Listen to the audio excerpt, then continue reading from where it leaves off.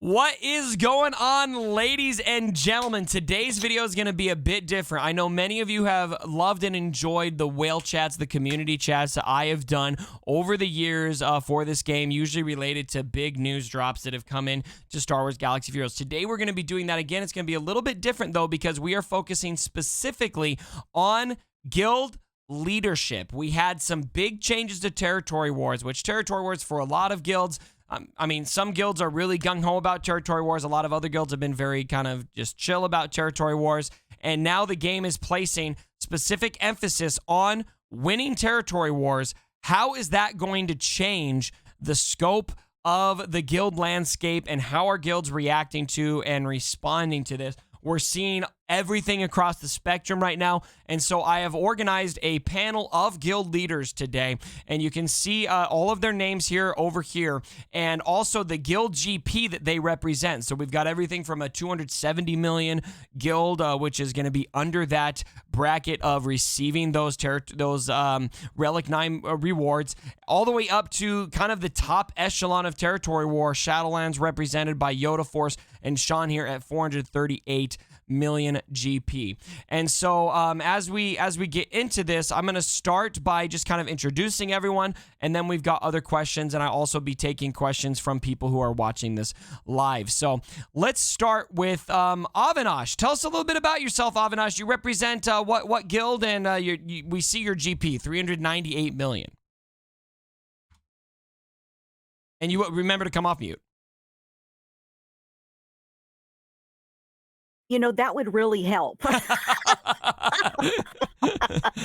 I'm like, woo, yay. Okay, I represent both Boba's Alliance and Team Instinct. I am TI Alpha. I'm the guild leader and TW officer, and kind of like overall do everything. Awesome. So you specifically focus on Territory Wars within your guild too? We are a little bit more casual in terms of TW. Because we just don't have the roster depth. We don't have that drive that a lot of the upper guilds do. So we're a little bit more laid back in terms of TW. So, we're going to be really interested in your perspective, because you're kind of up in the top GP. It's towards the top of the GP range, but not as competitive. So we'll get into that in a little bit. Promethean, you are next, representing underneath the 300 mark at 270 million. Tell us a little bit about yourself, what you do in your guild. All right. Well, for me, I'm representing TIE Alliance, or one of the few guilds in TIE Alliance. The guild 270 mil is Shadow Squadron, is what we designate ourselves with. Cool. And I run the territory commands myself, and I guess I'm one of the co-leaders with another person in the guild. Okay, so you do focus on Territory Wars yourself, specifically? Yeah, we are pretty heavy. Even though we have most, if not all, participate, we get hit big with a lot of sandbag guilds like ANCTC.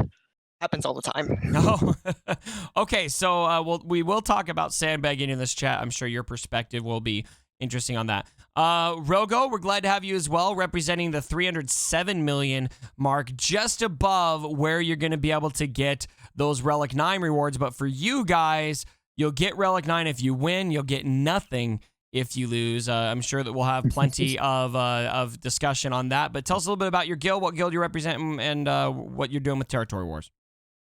Okay, so hello. I'm sorry, I'm from Germany, so my English isn't that good. I'm not a native speaker. Guten Tag. But yeah, yeah, danke. So my guild is Sith Empire. It has a little dot on the E, on the last E, and yeah, well, we're a good mix of casual and not so casual. Like, we have those people who really don't like to spend, but we also have some, well, like minor whales who have the latest characters and unlock them. But like, it's really a good mix. But this is especially the problem that that's why I'm so happy to be here. Really drives me crazy is, just two people missing out on the TW, and we're like not making it. Yeah, and we do have those people. So we're semi-casual, and we cannot force everyone to take part. So what do we do about that? We don't know. I'm really fearing that our guild might be breaking up someday over things like these. Yeah. So my role in the guild is like I'm the guild leader, and I also focus heavily on GAC for myself, and that's why I'm like very into PvP, and I also help organize the TW defense strategies and whatnot. So yeah, that's us. Awesome. Yeah. Okay. Great. Yeah, and that's a lot of these guilds, especially kind of in your range, do have those concerns of guilds breaking up potentially over this, and so that's something that we're definitely going to pack in this video. Exactly.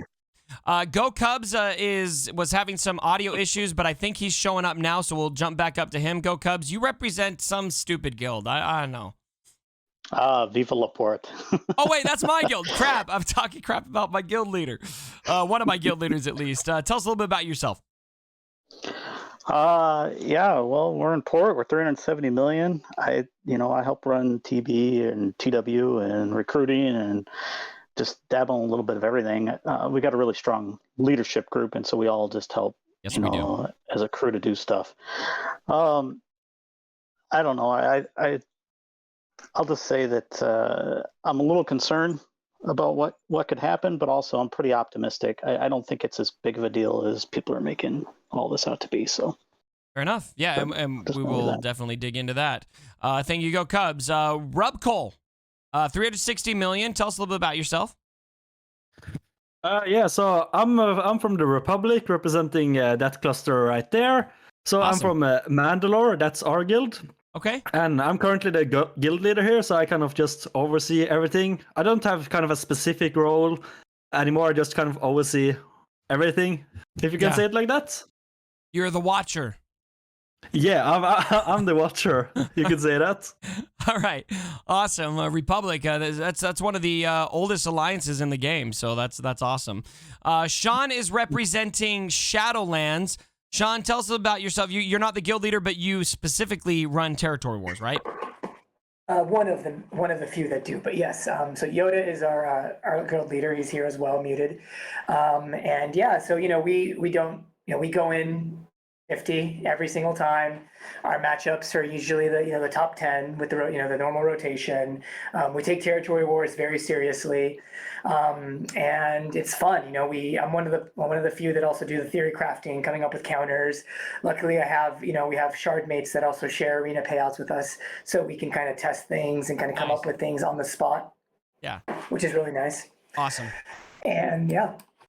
And I can confirm, having spent a little bit of times in Vanguard myself, I have never seen a group more hungry for Territory Wars victories than you guys. And so we're glad to have your perspectives represented here on this chat.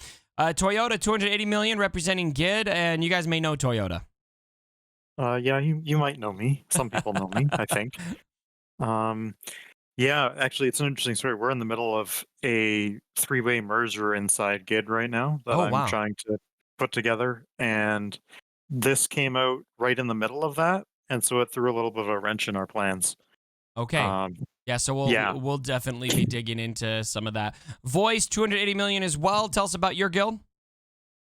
Hey, thanks for having me. I'm from Boba's Alliance, and specifically 12 Parts at Kessel Runners, and I'm in the same guild as Kate Gaming. I think you know her.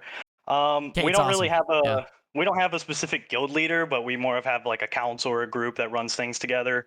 I'd like to say we're competitive in Territory War, but we get sandbagged a lot, often 50 to 100 GLs more on the opposite side. So that's where we're at. Okay, cool.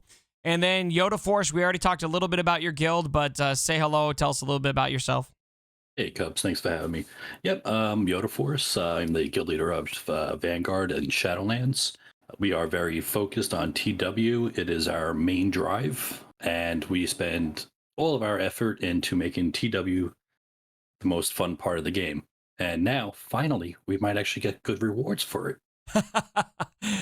All right. And so, yeah, I would imagine out of everyone in here, your guild would definitely be one of the ones more amped about this change. But first, I want to kind of start at the bottom of the list here with those who are sub 300 million GP. I think this is the range where my prediction would be that these guilds are a little more apprehensive because if we're in that, like, right, Promethean, why don't we start with you?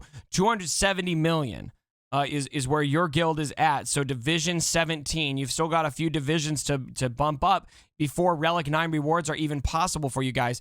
Tell us a little bit, Promethean, about what you're hearing from your guild, what your guild members are saying, what the leadership is approaching, and everything. All right. Well, as you mentioned, the Relic 9 is pretty much off of the table. We just straight up can't get it, be it win or lose. The little bit of arrow magnifiers, the bits of relic pieces, like all that, great. We're actually getting good, better rewards, as Yoda Force said. But as far as working towards TW to get those Relic 9s, that for us it's about 30 million GP, and that's 600,000 GP per player needs to just add instantly to get to this. That's essentially everybody just needs to get, a GL and a half, maybe 2 GLs. It's just something easy, right? Drop a few $1,000s, right? Yeah, like everyone can. We do have one greater guild in the alliance as well, and we have been back and forth on, like, just recently over this change of if we're going to merge or not. But the guilds just kind of have different drives, like, especially because of the whole conquest, everyone's kind of burnt out. So a lot of people not joining TW is also a thing. So it ends up, even if we hit the 300, if we were to do a 330 merging with our 270 guild and we both hit 300, that still is one magnifier, and you need a 5-month streak of wins to get one Relic 9. So that'd be a 5-month streak to get a singular Relic 9 character for you guys. Is that kind of something that you're deciding then this is just not worth the effort? It's looking that way, that we're just going to coast our own way for now, because for it to take 5 months of wins is pretty insane. Yeah, 5 months of wins would be pretty insane unless you're jumping up into that 320 million range, but that's even less attainable for you guys, I would imagine. Yeah, because from 600,000 GP per player, now we need an additional 20 mil. Okay.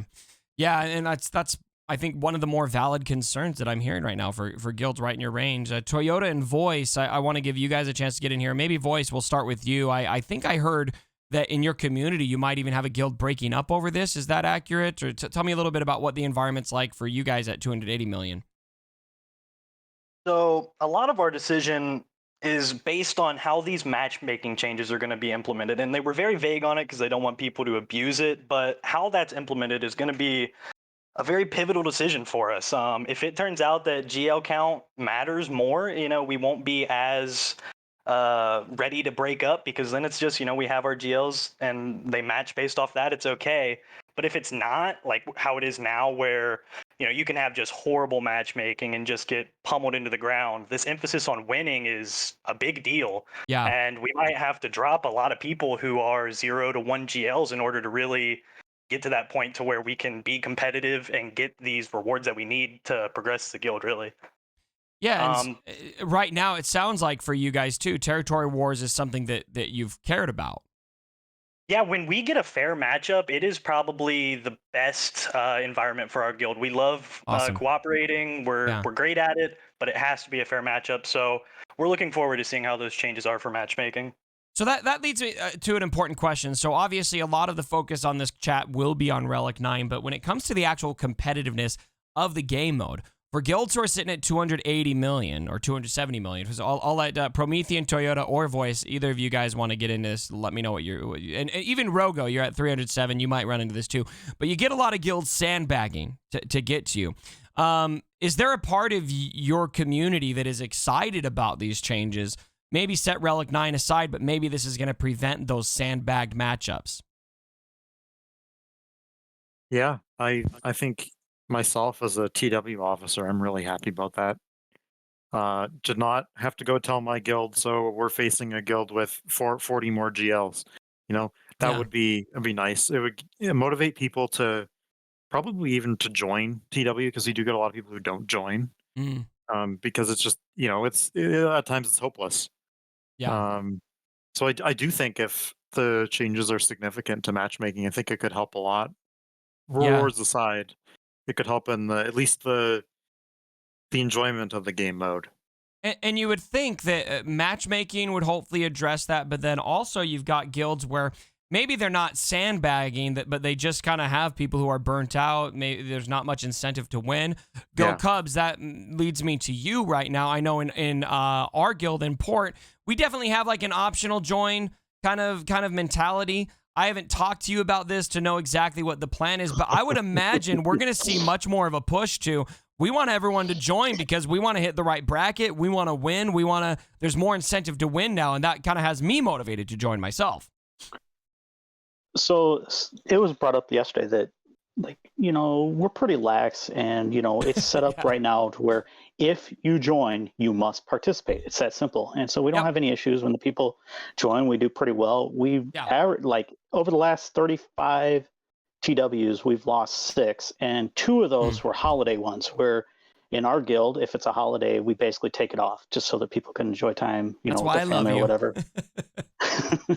Yeah, so we force everybody to join on the holiday ones, set one fleet, and then do whatever you want. We don't care. Yeah. But so in general, we do pretty well in TW. So I'm not really concerned for us, winning. It's getting those fringe players who usually don't play to join and actually participate and actually get something out of them. That's going to be kind of the tricky part.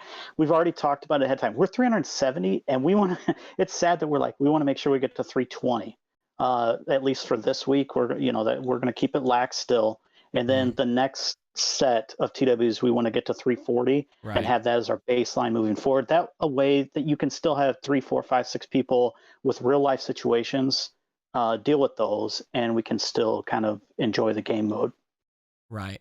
Yeah, it's a good point, and that's, I think, probably one of the areas of concern for guilds that are in like the 320 to 380 range, where, hey, we need more people joining right now. Can we motivate our guilds to get there? Is that a concern, Rubcole? I'd like to come to you on that one. You're kind of in a similar range as Go Cubs at 360 million. Is that a concern for you guys, or where are you at with that? Could you repeat the question? Sorry. Yeah, no, yeah, you're good. So is it a concern? Have you guys been approaching it as a, join? If you join, we need you to participate. Do you have concerns about all 50 members joining going forward, basically? I have a little bit, because for a long time we've basically been kind of TV casual, and so it's join and do stuff, or you can sit out. It's fine. That's how been most with us, guilds but have right been, now, I think. Yeah. Yeah, and right now, we are 360 million, which is the cutoff for one of the divisions, which means we will need full participation in joining to get to that bracket, which means we also need everybody to participate. And that can be a problem because people have a life outside of this game, and we understand that. So some people might like to take a few days off, maybe they have work, whatever. And it can kind of screw that, because if somebody can't join for attack phase, it will basically screw over the whole guild, kind of. But obviously we can put them much more on defense, which we are looking into, but it's kind of hard because some teams can't be on defense, they aren't as good compared to offense. So it's kind of hard. I'm not really sure how I feel about it yet, but we still have to test a few TVs and such to see how it goes. Yeah, remains to be seen. Yeah, you're definitely in a range at 360 million, where if enough people don't join, it could take you out of even being able to receive those Relic 9 materials, which is definitely going to be the case for a guild like Rogoshins at 307 million, where it's just like barely above that threshold. Rogo, where are you guys at with this? Is that something that you guys are talking about? Like, holy crap, we can't even have one person miss this. Yeah, it's actually the big problem right now, because we usually have like 10 people who just don't want to join. And I mean, 10 people. So you got a lot of people to motivate. Yeah. And the thing is, those are like, some of them are really long-term members. They have been in the guild for a longer time than I have. So what do you do about those people? I mean, eventually, if they join but decide not to attack or not to put on a defense, they will hurt the guild. Then what will you have to do? Really, we either can motivate them, or if we don't, then we need to find replacements. And let's face the facts. I mean, at our GP level, it's not so easy to find good players. Yeah. Yeah, and that's got to be, I mean, for a guild like yours, when you've got those longtime members, this is not just a competitive game. This is a very social game. And there's Exactly, something like very, we're very very painful. family-like, and it would hurt to like let people go. I mean, it's a game after all, and I absolutely hate the fact that CG is forcing us as guild leaders and officers to make these kind of decisions. Like, why? Yeah. Yeah, and I think that's a very, very valid concern, and probably one of the first things I thought about when I saw the post is this is going to put guilds in a very tricky position. And it's a little bit different too. I think it's important to know it's a little bit different. Like when a raid hits, you know, you need to have enough strength to beat the raid. This is a little bit different because it's not new content, it's old content. We're now trying to remotivate people to join and participate and engage with.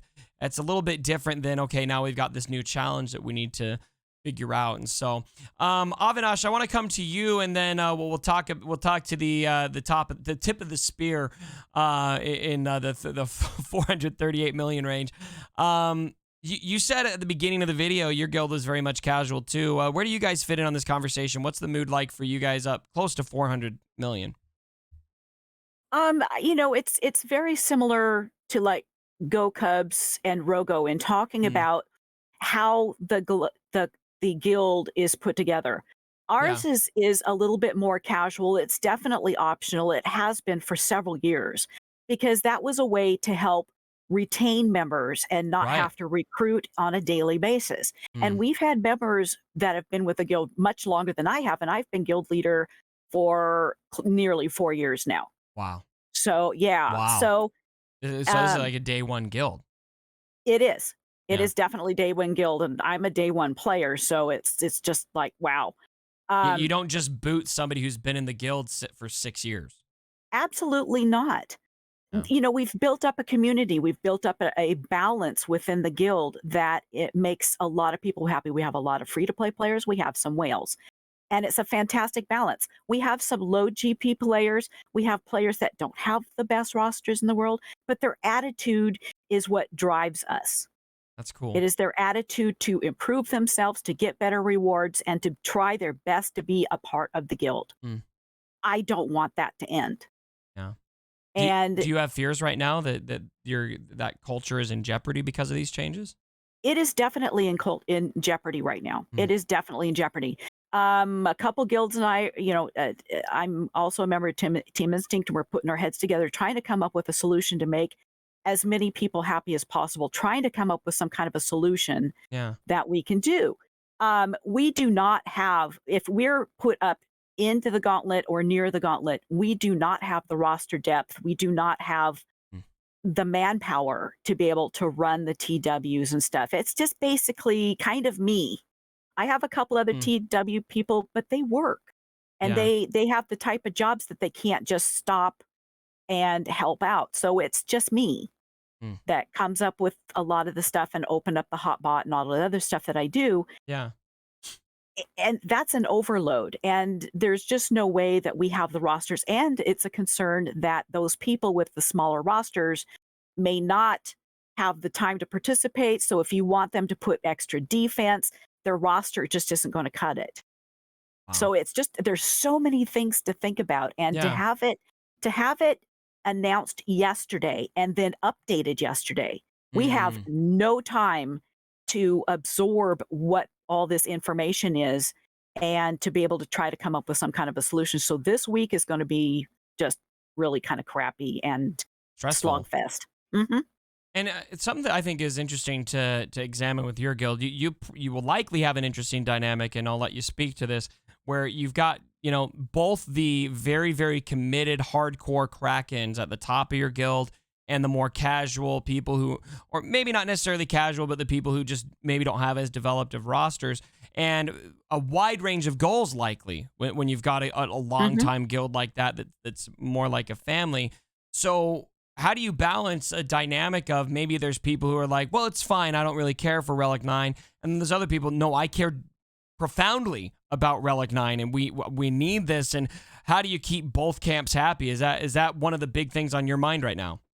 That is one of the big things on our mind. I know that if we get up to the gauntlet or near the gauntlet, we're going to lose. There's just no ifs, ands, or buts about it. So, okay, if we're going to lose, how far in GP do we need to go down because we're going to lose? Oh, you know, because man. not everybody is going to sign up. There's just no way we're going to get 50 people to sign up. So, at what point do we say you have to sign up, or do we offer another solution? Do we move them to another guild to try to boost that other guild up? We just don't know. It's just we're scrambling to try to come up with something that we can do.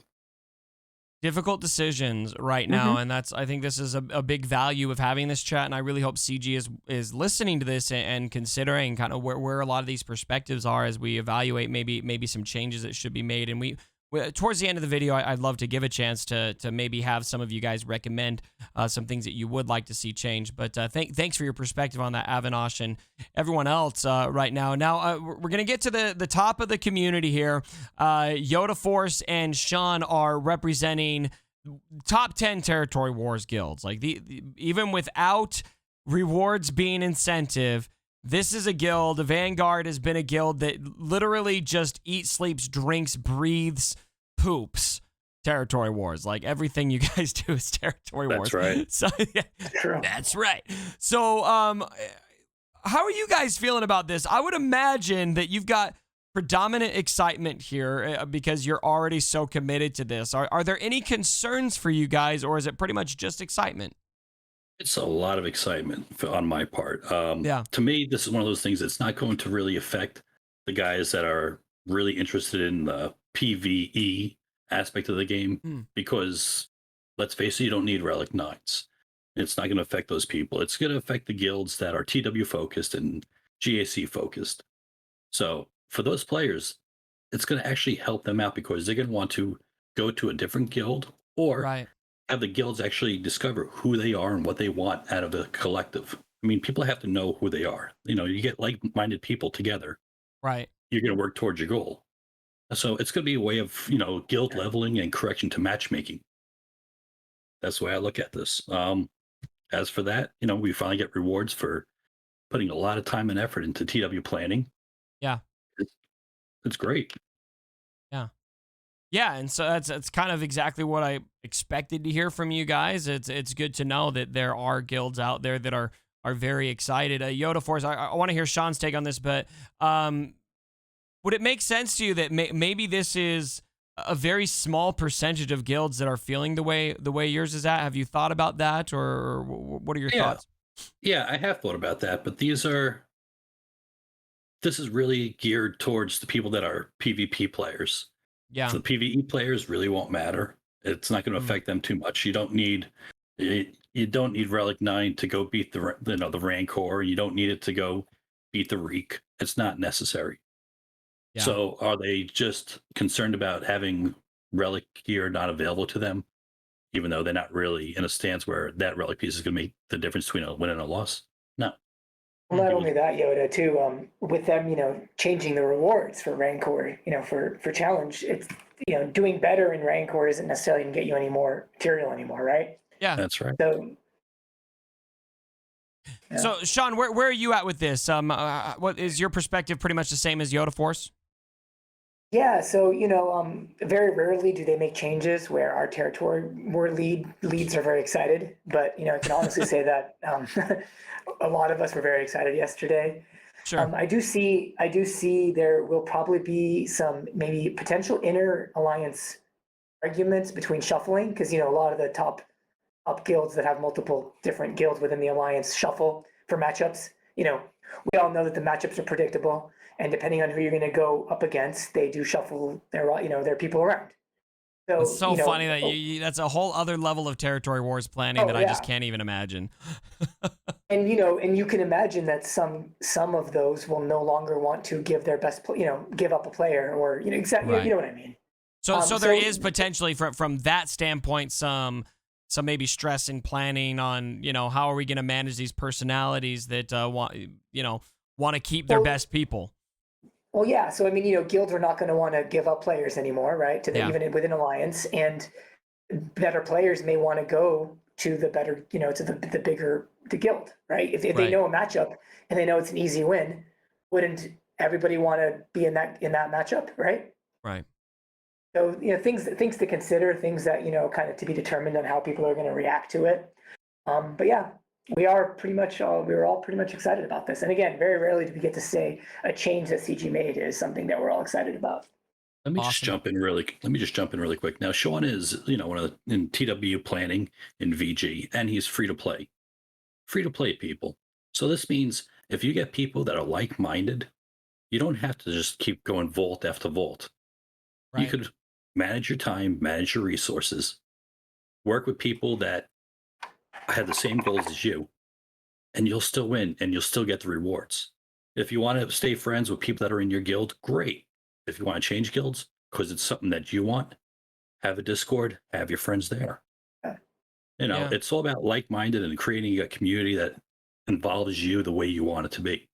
I think that opens up an interesting discussion in Yoda Force. I think with what I've observed, at least with your community, you've definitely you built a solid community of like-minded people, exactly like you said. And I also think it's a place where people are really comfortable moving around. You've got these are the goals, and we're gonna push towards a specific goal.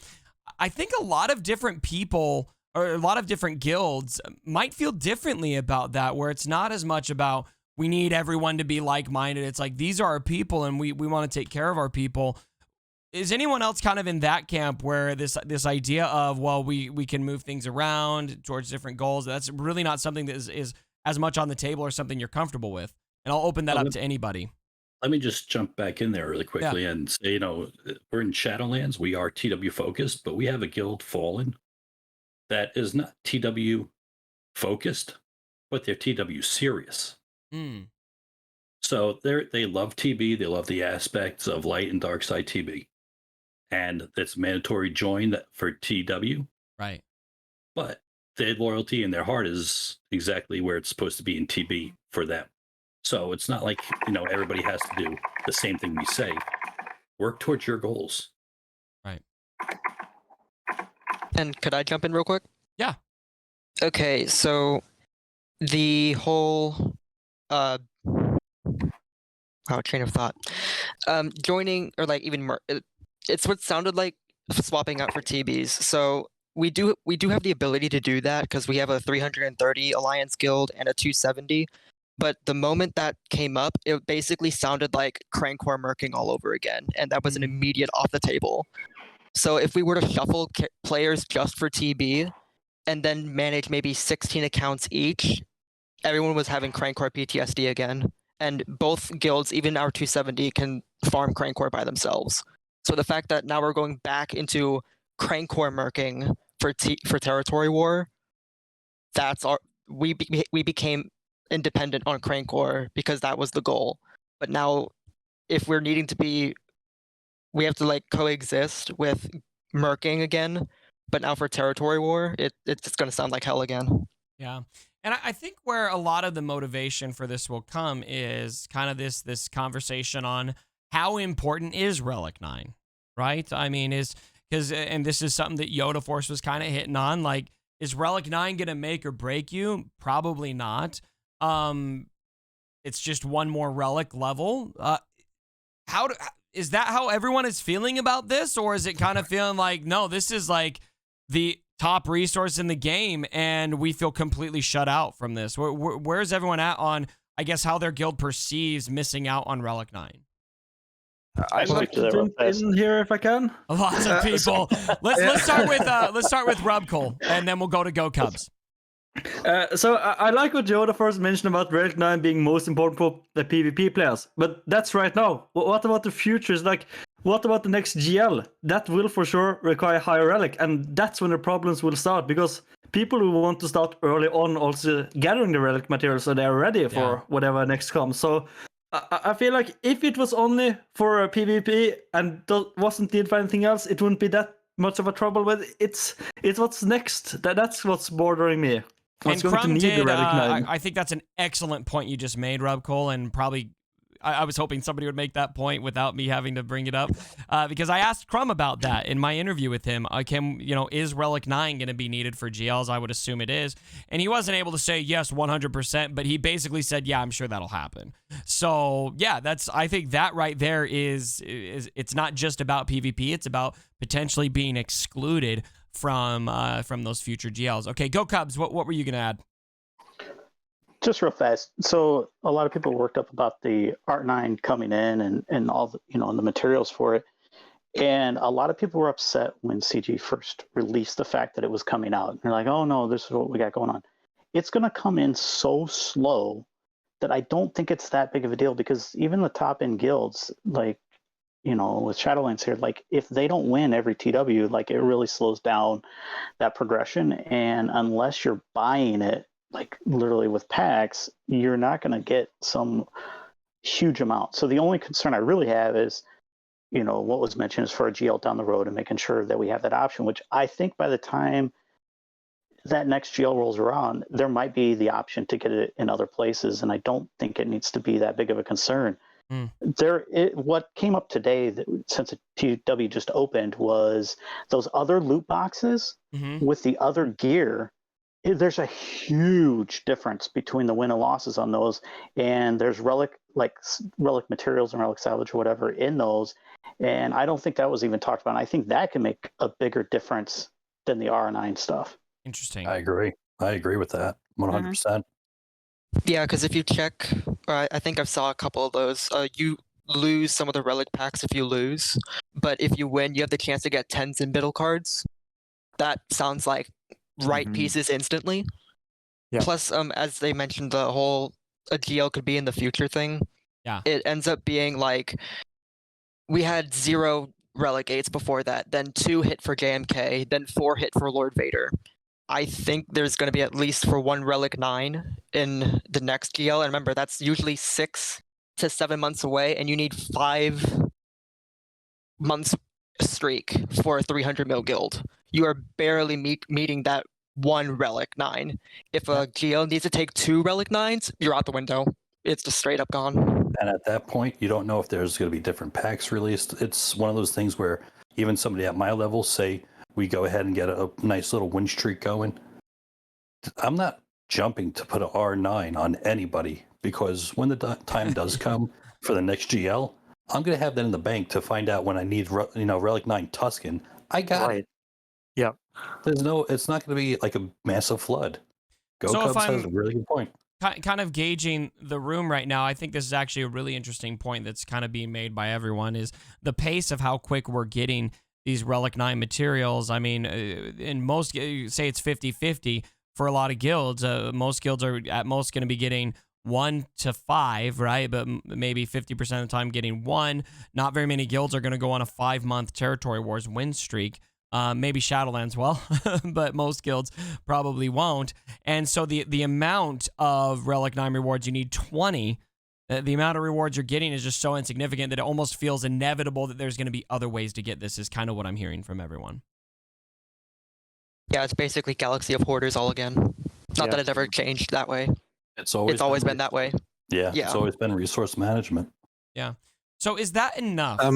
Can I add something? Yeah, go ahead. Like, okay, from my standpoint, like I'm really heavily focused on GAC. I have over 1 million lifetime banners, and I do like to stay competitive while being free to play.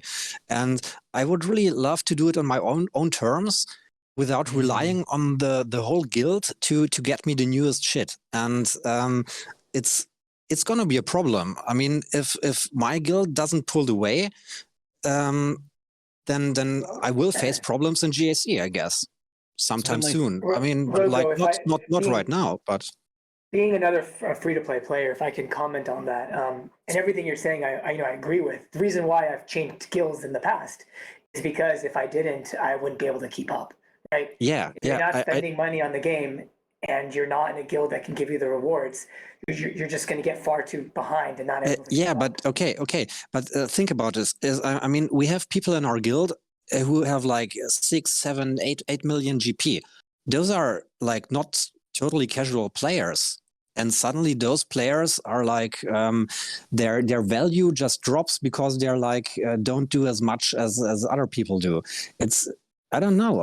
I don't like it. I don't want to. I don't like the fact that I sometime in the future I might have to give up my guild just to advance for myself. I don't like that. I don't like to be forced doing that. I had that in the past. Like I needed to change guilds like 2 years ago because we weren't going anywhere, and I didn't like it then. I mean, I'm happy now, but I don't want to change. But that's nothing new. That's nothing different than what's been going on. You know, you had to get Watt. You had to go and get Cam. You know, you can stay in one guild that gets 5 shards every TB. Or yeah. I mean, but so you are dependent. Totally doable with a 300 million guild, you know. But suddenly, this new thing, we're 300 million, and we're like on the edge of not being able to compete. That's weird. I mean, it's not like we're a bunch of new players who don't know anything. I mean, we're playing this game for most people like for 4 or 5 or 6 years even since it came out. And it feels weird that that those people have lost value just because they're like not PvP competitive enough. But Rogo, it's always been like that though. I mean, I remember leaving my first guild because I couldn't get Treya. Couldn't farm Treya shards. So this is an interesting and I think an important conversation. I think maybe what we're getting at here though is while it has always been like this, we've got that gate kind of increasing on just how competitive of a guild you need to get in. So maybe you've been accustomed to, I need to move to a guild that's doing at least this much so that I can stay competitive, so I can get my Watt shards, so that I can get my Cam shards. Not that you need Cam to be competitive, or I need to be able to beat the Crankor, and then something new comes out and that threshold increases on what level of a guild I need to be in to remain competitive. And so it's kind of an existing problem. I agree with Sean and Yoda Force making that point, but I think maybe the frustration is driven from that gate continuing to I guess that bar continuing to raise. Is that where, and I'll open this up, is that kind of where you're coming from, Rogo? Yeah, like why does the game have to be like that? I mean, they did stuff like Conquest, which is perfectly fine. I love Conquest because you put effort in it and you get awesome characters just because you not whale, but because you put in a lot of work. And I like that aspect. I don't like the aspect that CG is forcing me to make changes to how I play and in which guild I'm playing in. I like my guild. Now, aren't they scaling the different divisions of how you're going to be matched up? So a lot of this, I think, is going to depend on their actual matchmaking skills. If the rhythm, if they've fixed that, if this adjusts based on the amount of GLs or GP you have, we'll see how that works. Yeah, sure enough. But I mean, especially GAC players who are not in the top guilds. I mean, I usually tend to face players from awesome big guilds, and those people will definitely have quite an advantage over me, especially if what Rubical actually said, if they actually drop a new GL and Relic 9 is going to be necessary, then what do I do? Yeah. If I don't have it. So, real quick, Go Cubs is going to need to drop off here in just a second. He's got to go pick up his daughter. Before you go Cubs, I'd love to hear your take on kind of where we're at in the conversation now, if there's anything you want to add before you jump off. No, I get that, people are concerned about changing guilds or whatever, but here's one of the things that we talked about, just for a fact, let's say for like a guild that, is right around that 300 mil. Right. Maybe they need to look at all their players, all the people on their roster and say, hey, over the years, we stopped adding bloat because it messed up GAC matchmaking, years ago, but they fixed that. Right. So we talked about it as the guild, like we might have take everybody up to level 50 minimum, try to get them to gear 6, 7 maybe, and get any gold mods you have put on. And one of our players did that last night and added 100,000. So it doesn't seem like much, but 50 people, that's 5 million. And that could be the difference of having one extra person sit out a TW and still get to the number that you're looking for. So it could be an option for people. Make sure you add all your abilities up to maybe just under Omegas. Like if you're a newer guild where people maybe can't spend those, as freely. Yeah, you're right. Thanks. We have been discussing this. This might actually help. Yeah, and there's less concern with that now. To enforce it. There's less concern with that now, I think, with the way that Grand Arena matchmaking works, of course, right? Because it's only taking the top X amount of characters into account. Right, and then it just helps TB too a little bit if you're close to that next star or whatever. It's just an extra little bit that isn't going to hurt anything and can only help at this point. That's a good pro tip. So for everyone who just heard what Go Cubs said, encourage your guilds if you're kind of on the cusp there. Go through. A lot of endgame players have copious amounts of credits available, and upgrade those lower characters to X level. At least I think you could even go to level 85 even. Not even just level 50, and level up those abilities. Except for Omegas, you have enough of those resources, and you could see your guild GP kind of increase. But leave Ogna at Gear 4 for your Relic salvage. Yes. Yeah, right, exactly. Except for I really appreciate it. Yeah, you bet. Thanks for coming in, Go Cubs. So, all right. Now I want to shift the conversation. Obviously, we've been talking about Relic 9 and the concern about that. But as far as the other rewards are concerned, we got arrow magnifiers coming, Relic 1 through 7 abilities coming. Those are exclusively for wins. So we've got a general incentive to win here. How is everyone, and Yoda Force and Sean, I know you guys love the incentive to win. You guys were already incentivized to win when nobody else was. Well, not nobody, but most people weren't. But for guilds that maybe you didn't have much incentive to win, how are you guys feeling about that incentive? Is that something your guild is jumping on, or where are you guys all at on that added incentive to win? I like it. Yeah, awesome.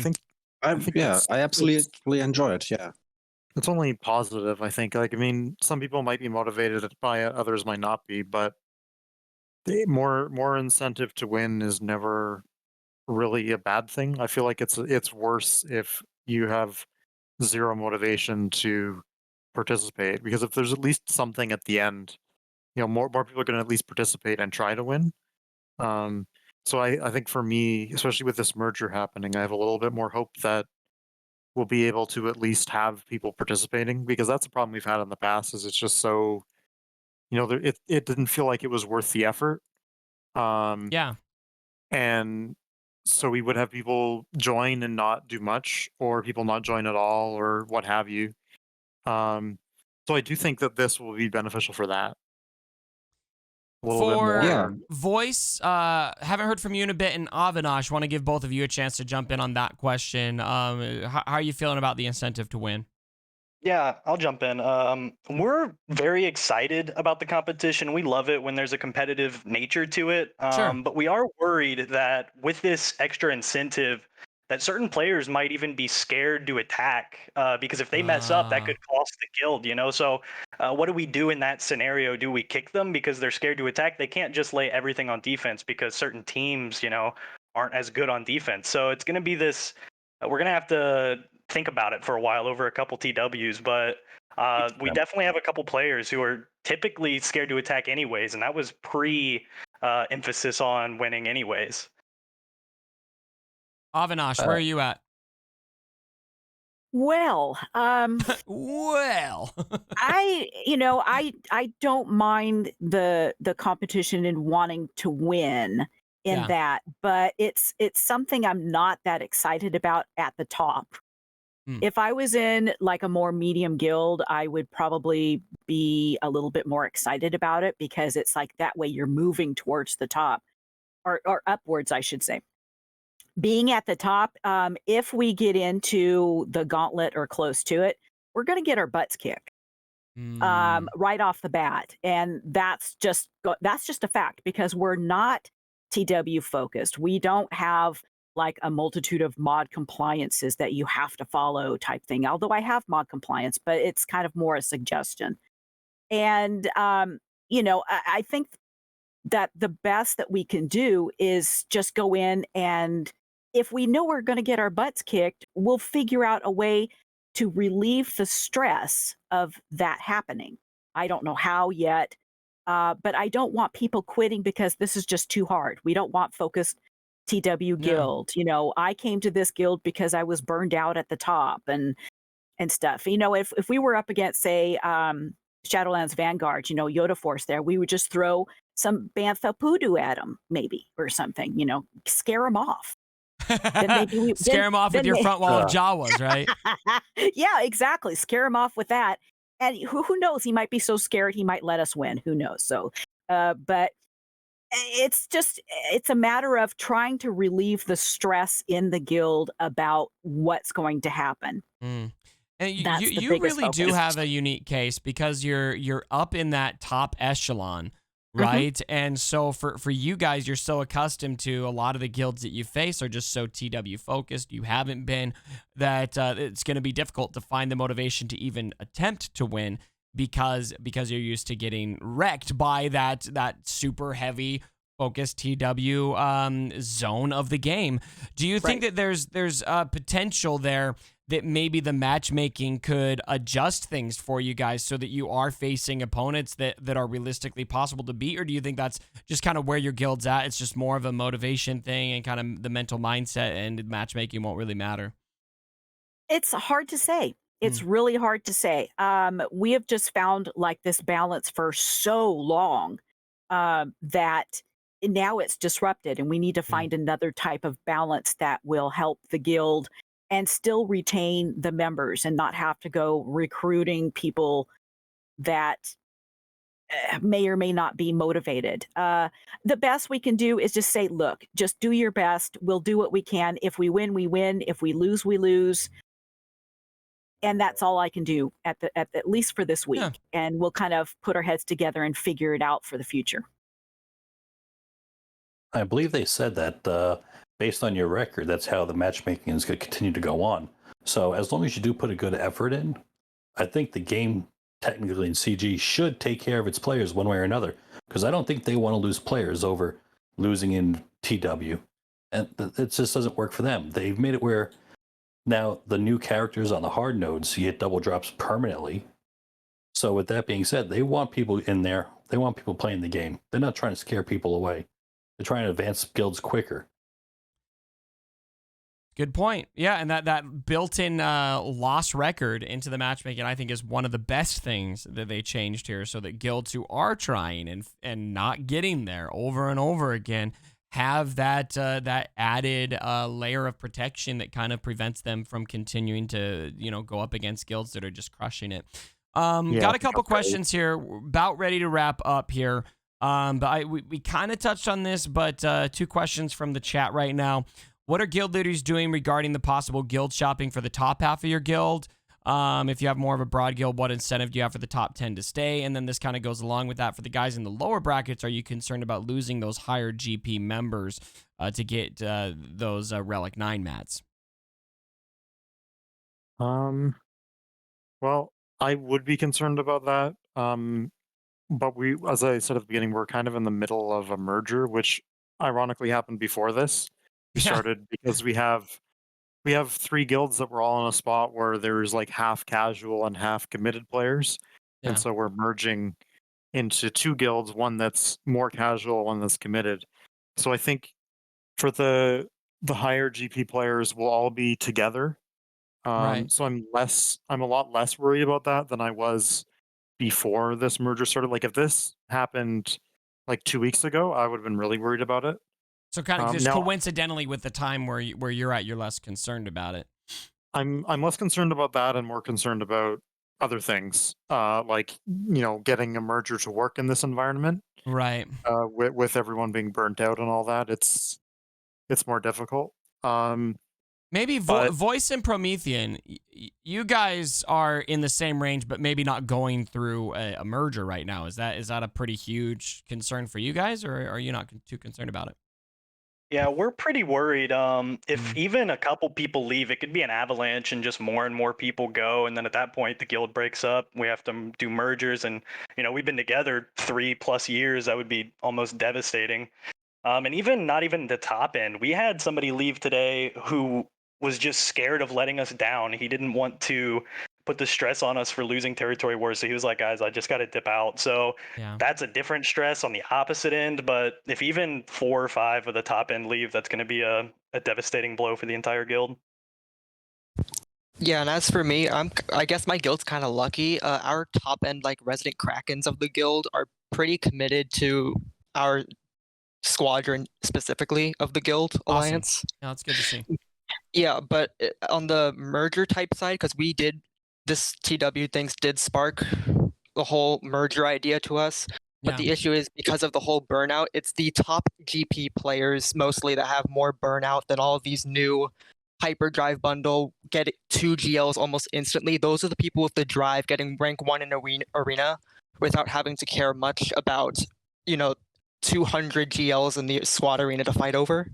Right. So for us, all of our dedicated people are the lower GP. So we have to inflate with people who are casual. And that's probably just going to kill our territory war wins. Interesting. All right. Well, and another couple questions from the chat.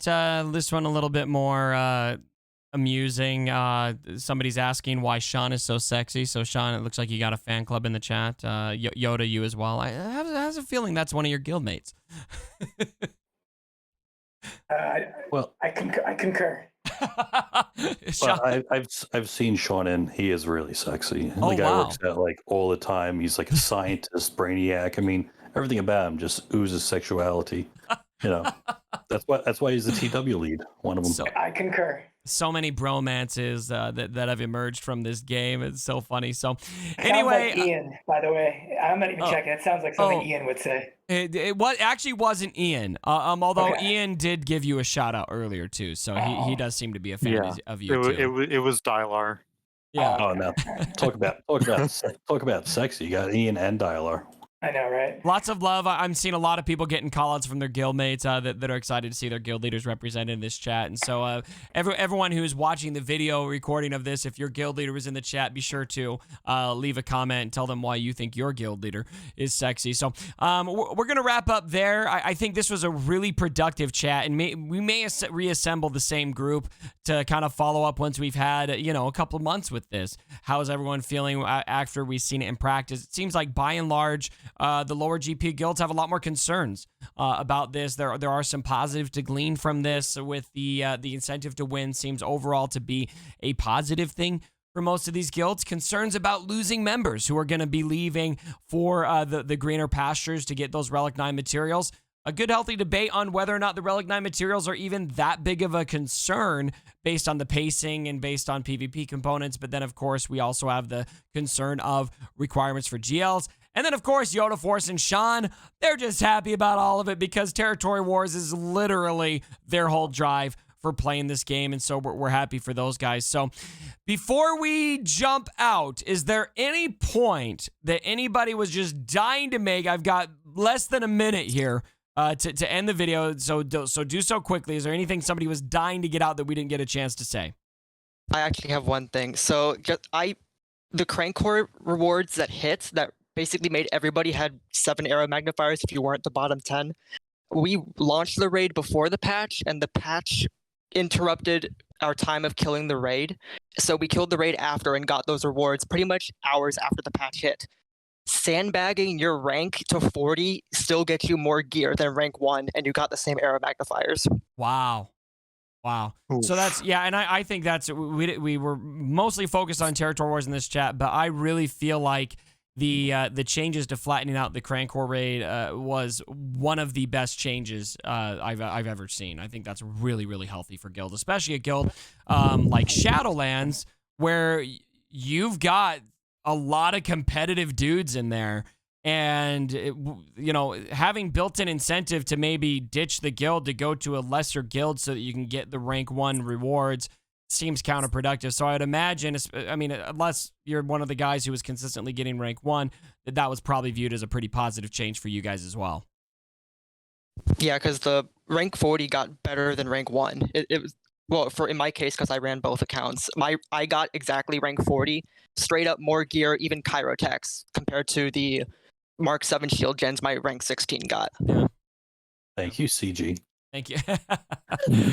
All right, guys. Again, great chat. Love having you guys here for these community chats. I want to thank everybody who joined. Everybody gave really good perspectives here.